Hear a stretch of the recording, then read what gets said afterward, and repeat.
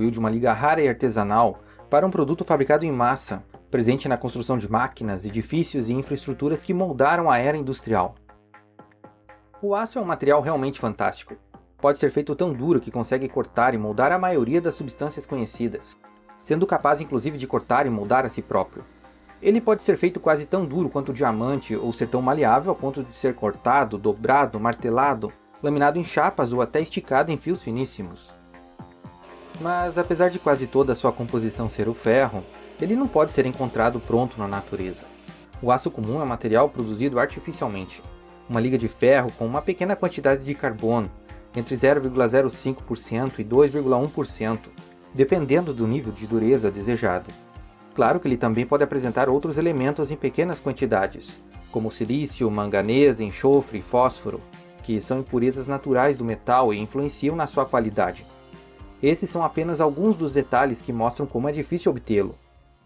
Mesmo assim, o aço já existia em pequenas quantidades muito antes de qualquer processo industrial, e de certa forma já era um velho conhecido das civilizações antigas. O aço produzido por esses povos era basicamente ferro temperado. Durante a fundição, o ferro absorvia uma certa quantidade de carbono do carvão em combustão. Depois, era moldado e forjado na forma desejada, e ainda incandescente, mergulhado na água fria, ganhando assim as propriedades do aço. Esse processo ficou conhecido como têmpera. Um exemplo famoso é o aço de Damasco, conhecido por suas lâminas elegantes e incrivelmente afiadas. Produzido no Oriente Médio entre os séculos 13 e 17, ele era feito a partir de um tipo de aço chamado woods, originário da Índia. As espadas forjadas com o famoso aço de Damasco eram tão bem temperadas que, segundo as lendas, podiam cortar um fio de cabelo que caísse sobre a lâmina ou até partir uma outra lâmina. Mas o segredo de produção desse aço medieval acabou se perdendo com o tempo, tornando-se um mistério por séculos. Atualmente, siderúrgicos e metalúrgicos desenvolveram versões modernas do aço, como esta, que se aproxima muito das lâminas antigas. Apesar dessas maravilhas, o grande problema do aço antigo era sua produção, que era cara, demorada e impossível de ser feita em larga escala. Isso limitava o uso a ferramentas, armas e objetos especiais.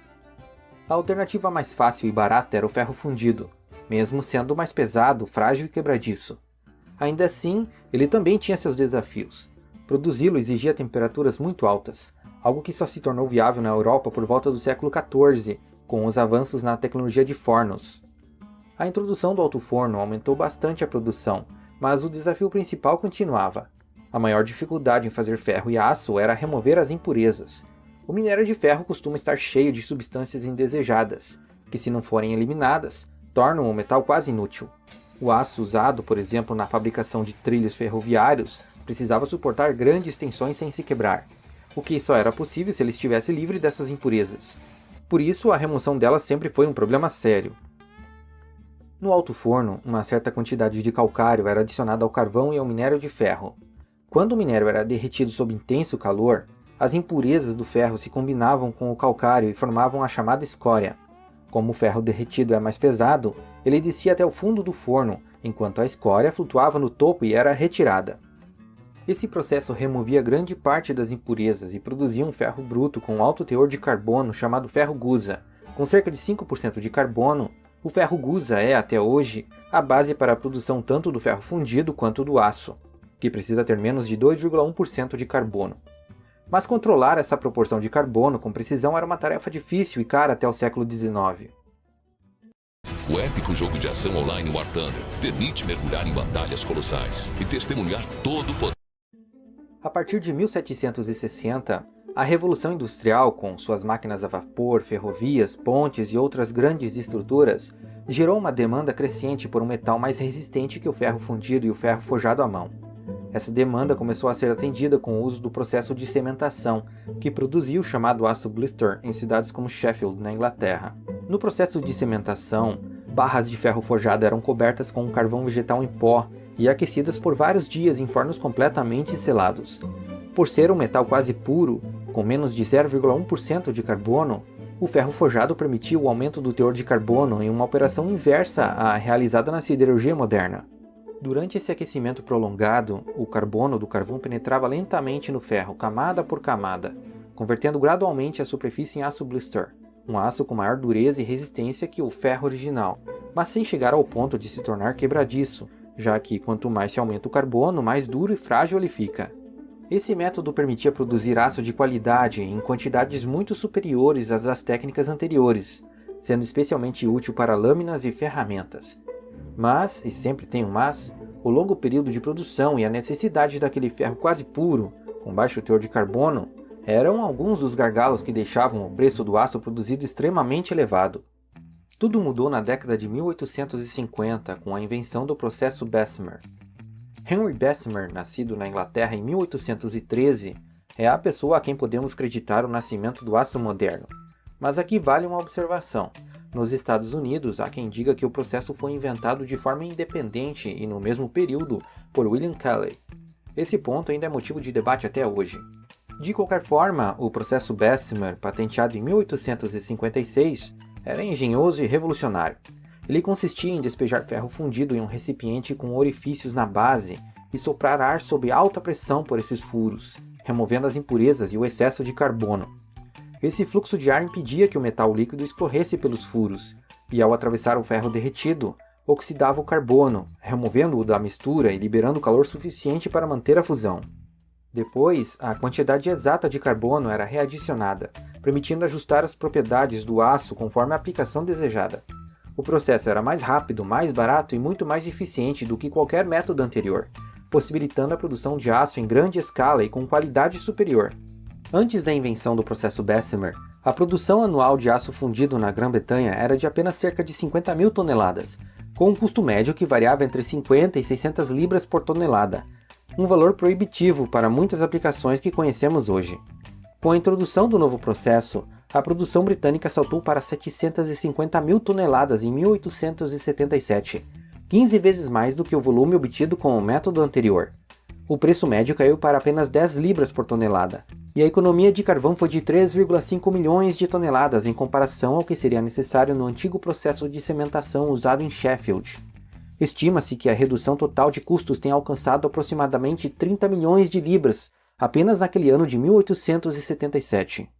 Foi com o processo Bessemer que o visionário Andrew Carnegie fundou, em 1892, a Carnegie Steel, uma das 10 grandes empresas adquiridas pelo banqueiro JP Morgan em 1901 para formar a US Steel, a maior combinação de capital do mundo até então. Seu capital de 1,4 bilhão de dólares na época equivalia a metade de todo o dinheiro em circulação nos Estados Unidos, sendo também a primeira empresa a bater esta marca de 1 bilhão de dólares em valor de mercado no mundo. No seu primeiro ano completo de operação, em 1902, a companhia produziu 67% de todo o aço norte-americano. Já naquela década, seus ativos incluíam 149 siderúrgicas com capacidade anual de 9 milhões de toneladas, 18 mil fornos de coque, mais de 100 mil acres de terra, 125 embarcações lacustres e diversas pequenas ferrovias. A empresa empregava mais de 150 mil trabalhadores, que recebiam mais de 120 milhões de dólares em salários anuais. Quanto ao processo Bessemer, ele foi revolucionário e usado até o final da década de 1960, mas tinha limitações. Ele não funcionava bem com certos minérios de ferro, especialmente os com alto teor de fósforo, o que comprometia o controle da qualidade do aço.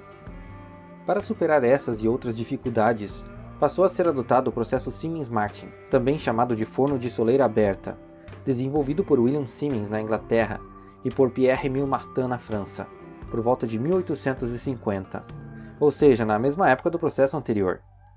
Embora fosse mais lento, esse processo permitia um controle muito mais preciso da composição do aço, resultando em um produto de qualidade superior.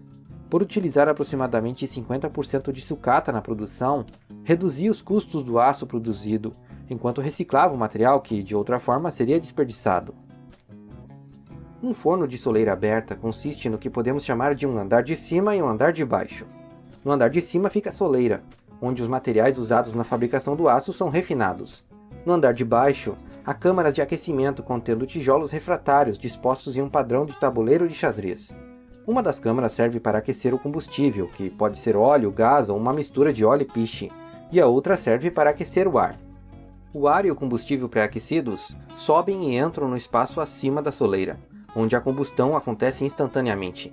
Correntes de combustível em chamas varrem o metal incandescente, gerando temperaturas de até 1600 graus Celsius. O excesso de carbono e as impurezas são queimados. Os gases quentes resultantes passam então por um outro conjunto de câmaras em xadrez, aquecendo os tijolos refratários enquanto circulam entre eles. A cada 15 minutos, a direção do fluxo de ar e combustível é invertida. Dessa forma, o ar e o gás são aquecidos em um conjunto de câmaras enquanto os gases da exaustão aquecem o outro. Esse processo continua por um período de 9 a 12 horas. E a roda do desenvolvimento continuou a girar. Novos processos foram surgindo, como o processo Linz-Donowitz, capaz de converter 400 toneladas de ferro gusi sucata em aço em apenas 40 minutos. Um trabalho que, no processo anterior, demorava de 9 a 12 horas.